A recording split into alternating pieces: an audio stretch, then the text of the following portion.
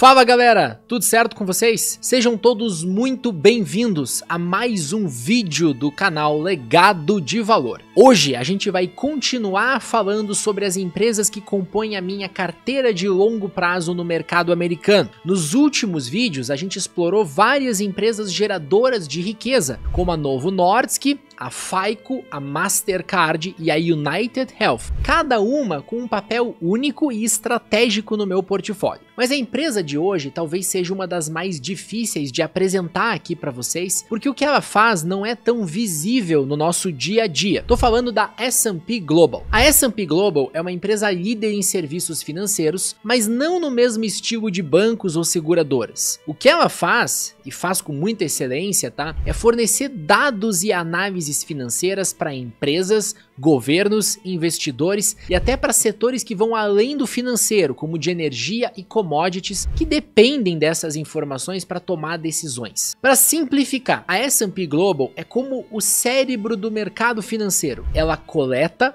organiza e analisa dados financeiros, fornecendo as ferramentas que investidores, gestores e corporações usam para tomar decisões. Fazendo isso, a S&P Global é capaz de gerar receitas de forma altamente previsível e recorrente, por meio de serviços e produtos que são essenciais para o funcionamento dos mercados financeiros. A empresa opera através de 4 divisões principais: Ratings, Market Intelligence, Platts e Índices. Cada uma com uma função bem clara e uma fonte de receita específica. Vamos começar abordando a divisão de Ratings. Aqui a S&P Global assume o papel de líder global em classificação de crédito. Ela avalia a saúde financeira de empresas, países e instituições financeiras e atribui uma nota de crédito que indica o risco de crédito desses emissores. Essas notas são fundamentais para os investidores, pois ajudam a decidir onde e como investir. E o melhor, cada vez que uma empresa ou governo emite uma dívida, precisa de uma classificação de crédito, o que gera uma receita recorrente para a S&P. Sabe quando sai aquela notícia que é amplamente divulgada no mercado financeiro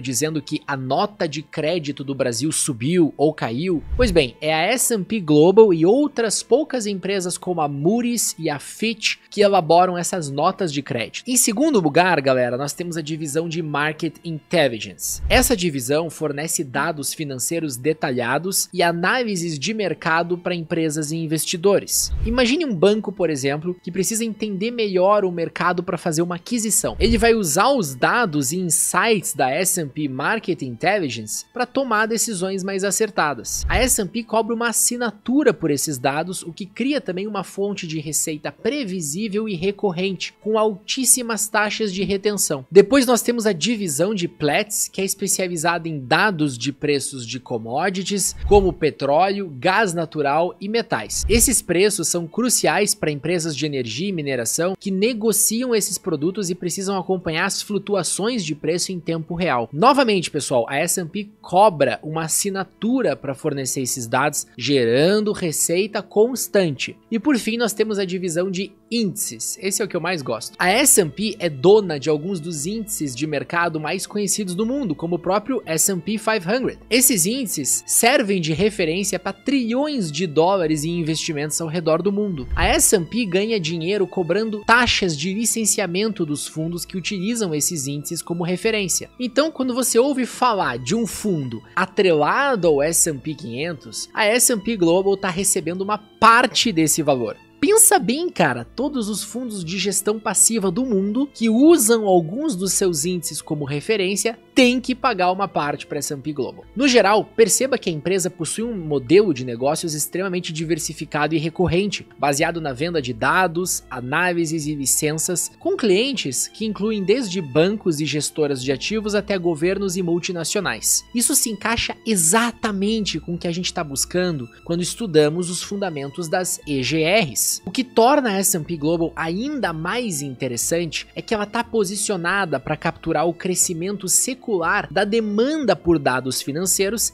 e transparência no mercado. À medida que o mundo se torna mais complexo e mais globalizado, investidores e empresas precisam de cada vez mais informações precisas e atualizadas para tomar decisões de investimento. Esse crescimento da demanda por dados de alta qualidade cria uma oportunidade enorme para a S&P, que já possui uma infraestrutura e reputação sólidas para atender essa demanda, essa necessidade, tá? Além disso, com o avanço de regulamentações financeiras mais rígidas, há uma pressão constante para que empresas e governos adotem práticas de transparência. Isso significa que muitos deles precisam das classificações de crédito e das análises de mercado fornecidas pela S&P Global para atender a essas exigências. Sem contar a expansão dos investimentos passivos, como os ETFs, que estão cada vez mais atrelados aos índices da S&P, gerando receita contínua para a empresa. E dificilmente, galera, alguma empresa vai sequer chegar perto de ameaçar a posição de liderança da S&P Global. Isso porque uma das suas maiores forças é o que nós chamamos de barreiras de entrada. O mercado de dados financeiros e classificações de crédito tem uma quantidade restrita de players, justamente porque para atuar nesse setor é preciso ter um histórico de confiança e uma infraestrutura robusta que poucos conseguem construir. A S&P Global já está no topo desse jogo. Outro ponto é o efeito de rede. Como tantas empresas,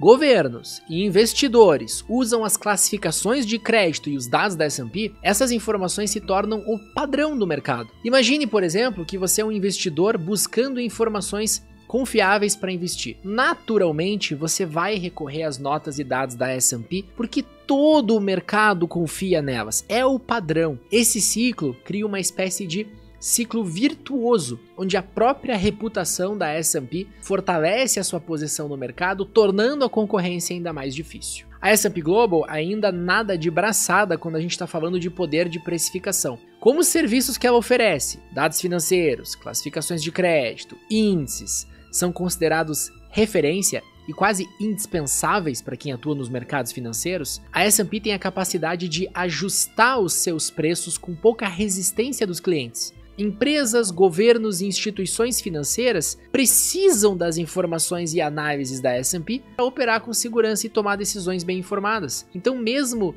se a empresa aumentar o preço dos seus produtos, a demanda por eles continua alta, já que alternativas de igual qualidade são praticamente inexistentes. Por fim, galera, a S&P Global possui uma estrutura de custos fixos altos, mas custos variáveis baixos, o que significa que uma vez que a infraestrutura e os sistemas de dados estão estabelecidos, o custo para escalar isso, para fornecer esses serviços a novos clientes é relativamente baixo. Esse modelo de negócio eficiente permite que a empresa mantenha margens de lucro elevadas, gerando valor para os seus acionistas de maneira consistente. Chega de falar dos aspectos qualitativos da empresa e bora para os aspectos quantitativos, ou seja, bora para os números. Olhando desde 1985, a gente vê um crescimento quase linear da receita da empresa. Eu digo quase linear porque em 2008 a S&P Global sofreu bastante. Naquela época, a empresa não tinha outras fontes de receita e era altamente dependente das receitas da divisão de ratings. Como várias empresas estavam passando por dificuldades financeiras e a credibilidade da indústria financeira estava comprometida, a S&P Global viu uma queda momentânea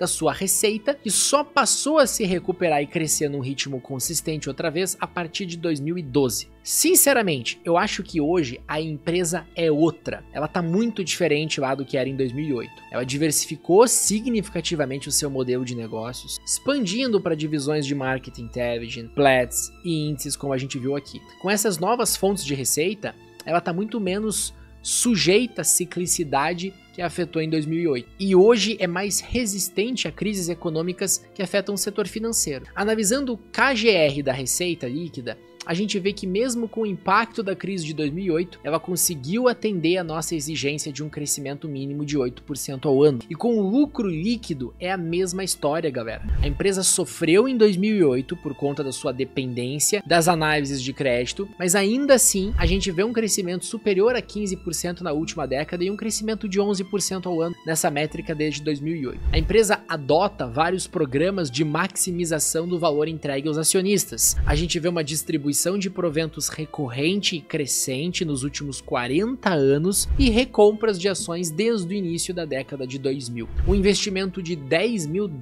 nas ações da empresa nos últimos 15 anos teria se transformado em quase $280 mil, um crescimento superior a 23% ao ano, e eu acredito que o futuro do S&P Global é muito promissor nos próximos anos. Eu passei a incluir a empresa na minha carteira de investimentos há pouco tempo e, portanto, os meus aportes ainda somam menos de 3% da carteira, totalizando aí cerca de $2.600. Mas eu pretendo aumentar consideravelmente a minha exposição no ativo com o passar do tempo e você vai poder acompanhar essa trajetória aqui no canal. Hoje, galera, eu fico por aqui mais uma vez. Se você gostou da análise e do vídeo, não esqueça de deixar o like aqui embaixo e se inscrever no nosso canal. Até o próximo vídeo e bons investimentos.